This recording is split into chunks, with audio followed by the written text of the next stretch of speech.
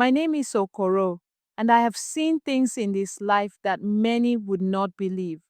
I have watched the seasons change, seen rivers dry up and flood again, and witnessed the way people's hearts can turn like the wind.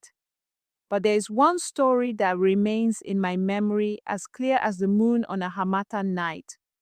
It is the story of Adaura, the girl who spoke to trees.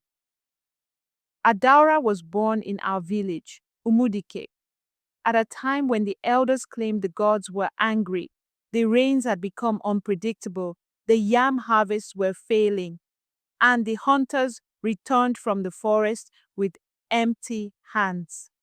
When Adaura's mother, Nena, gave birth to her, the women in the village said she was an unlucky child.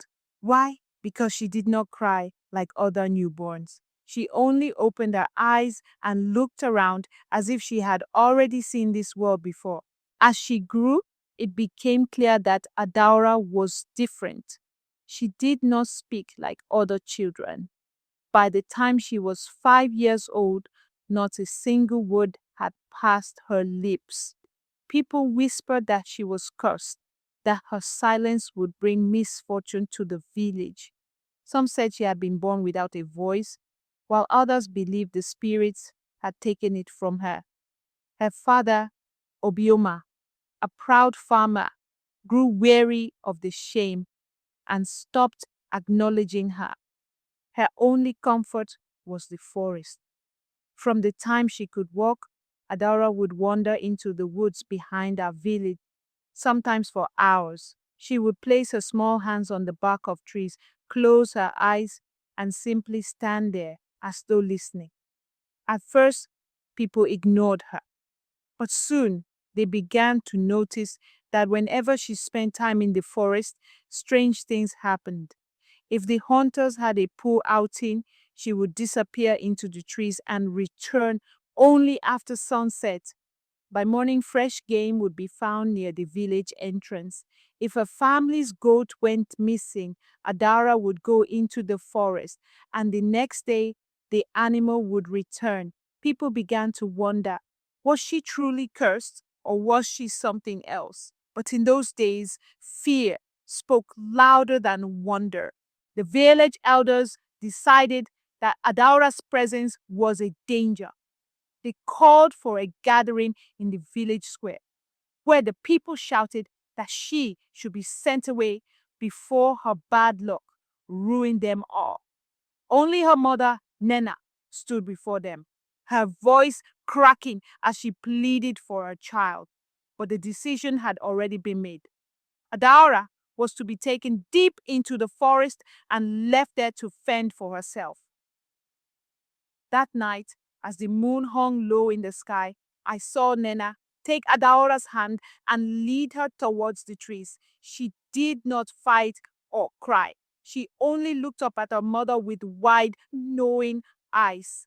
With a final embrace, Nena whispered something to her daughter, then turned and walked away. It was the last time we saw her. For months, life in Umudike continued as before. The rains came and went, the market thrived, and people began to forget about the silent girl who had been abandoned. That is until the sickness arrived. It started with the children. One by one, they fell ill, their small bodies burning with fever. Then the elderly were next. The village healer tried everything: herbs, prayers, sacrifices. But nothing worked. Fear crept into every household, and once again the people turned to the elders for answers. One evening, as the sun dipped below the horizon, a figure emerged from the forest. At first, we thought it was a spirit, for she had been gone for nearly a year. But as she walked closer, we saw the truth. It was Adaura. She had changed. Her hair was longer, her skin had darkened from the sun, and her eyes held something ancient, something beyond this world. She carried a small bundle of leaves and roots in her arms, and without hesitation, She went straight to the healer's hut. There, without a word, she began to prepare a remedy. She crushed the leaves, mixed them with water from a calabash, and motioned for the sick to drink. At first, the people hesitated, but as the hours passed, the fevers began to break. The children opened their eyes, the elders found their strength again, and the village, which had been on the brink of ruin, was saved. From that day, everything changed. The elders called Adaora a child of the spirits, a messenger of the gods. People traveled from distant villages to seek her wisdom. Some came for healing, others for guidance. But she never spoke. She only listened to the trees, to the wind, to the earth itself. And in return, the world listened to her. I tell you this story because I was there.